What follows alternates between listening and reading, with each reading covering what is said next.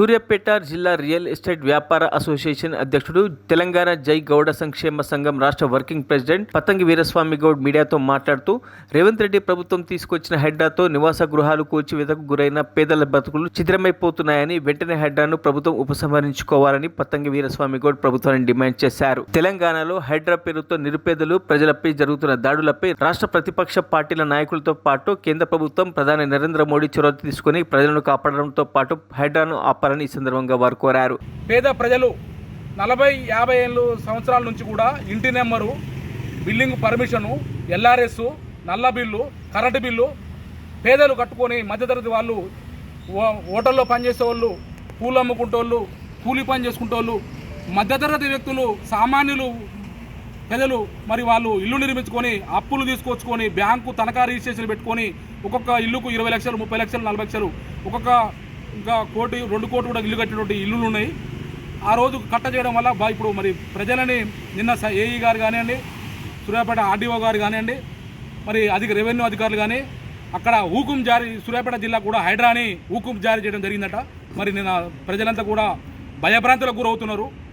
మరి ఇలా చేయడం ఎంతవరకు కరెక్టు? ఎప్పుడో కట్టుకున్నటువంటి ఇళ్లకు మరి ప్రజలని ఇబ్బంది పెట్టడం, మరి నేను ఈ సందర్భంగా తెలుసుకున్న జిల్లా కలెక్టర్ గారు మరి ఒక రిపోర్టు FTL ఏంది, బఫర్ జోన్ ఏందని, ఎక్కడెక్కడ ఇల్లు ఉన్నాయని సర్వే చేయమని చెప్పినట. మరి ఆ సర్వే ప్రకారంగా నిన్న ఏబీఓ గారు, ఇక్కడ అధికారులు కూడా వచ్చారు. వారు ప్రజలు కూడా భయాందోళనకు గురై ఆవేశానికి గురవుతున్నారు. మరి వారి యొక్క ఇల్లు మీరు సర్వే చేసి మరి ఒక హార్ట్ అటాక్ కానీ వారి యొక్క ఇల్లు పోతుందని, ఒక్కొక్కరు నా ఇల్లు కూలగొట్టుకుంటే హైదరాబాద్లో కూలగొడుతున్నారు, మరి మా అక్కడ సూర్యాపేట కూడా కూలగొడుతున్నారని వాళ్ళు భయభ్రాంతికి గురవుతున్నారు. 30 మీటర్లు చెరువు కట్టకి ఇవ్వాలి కానీ 200 మీటర్లు అంటే దాదాపుగా ఒక 2000-3000 ఇల్లు పోతే వాళ్ళ పేదల యొక్క రేవంత్ రెడ్డి గారి ప్రభుత్వం వచ్చి 9 నెలలు అవుతుంది.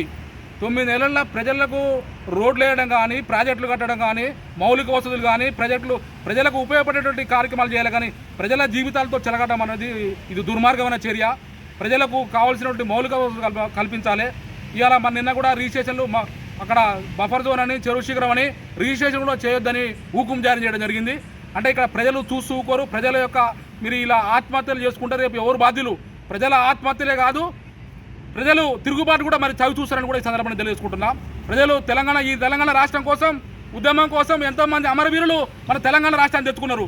మరి నువ్వు ఈ 6 పథకాల కోసం, ఈ పథకాల కోసం జనాన్ని డైవర్ట్ చేయడానికి హైడ్రాని పేరు తీసుకొచ్చి ఈ హైడ్రా ఆడుతున్నట్టు కూడా ఈ సందర్భంగా తెలుసుకుంటున్నా. మరి ప్రతిపక్షాలు, కేంద్ర ప్రభుత్వం జోక్యం చేసుకొని ఈ హైడ్రాని తక్షణమే ఆపాలి. లేకపోతే ఎంతోమంది ప్రాణాలు పోయేటటువంటి పరిస్థితి కూడా ఏర్పడ్డది. కాబట్టి రియల్ ఎస్టేట్ వ్యాపారులు, బిల్డర్లు, సూర్యాపేట జిల్లా ప్రజానీకం మొత్తం కూడా ఆందోళన చెందుతున్నారు. ఈ హైడ్రాని నువ్వు వాస్తవంగా చెరువులో కట్టుకున్నది ఎవరో, చెరువులో ఉన్నదో శిఖరం ఎక్కడ ఉందో, నిజంగా వాస్తవంగా రిజిస్ట్రేషన్ లేకుండా చెరువు శిఖరంలో కట్టుకుంటే వారిని కూలగొట్టు. చెరువు మేము దానికి వ్యతిరేకం కాదు. కానీ ప్రజల జీవితాలతో మాట ఆడుకోవడం అనేది 33 జిల్లాల్లో కానీ తెలంగాణ వ్యాప్తంగా కానీ ప్రజలు ఆందోళనలో, ఉద్యమంలో కూడా వెనకాడరని కూడా ఈ సందర్భంగా తెలుసుకుంటున్నా. మరిన్ని అప్డేట్స్ కోసం మా ఛానల్ని సబ్స్క్రైబ్ చేయండి.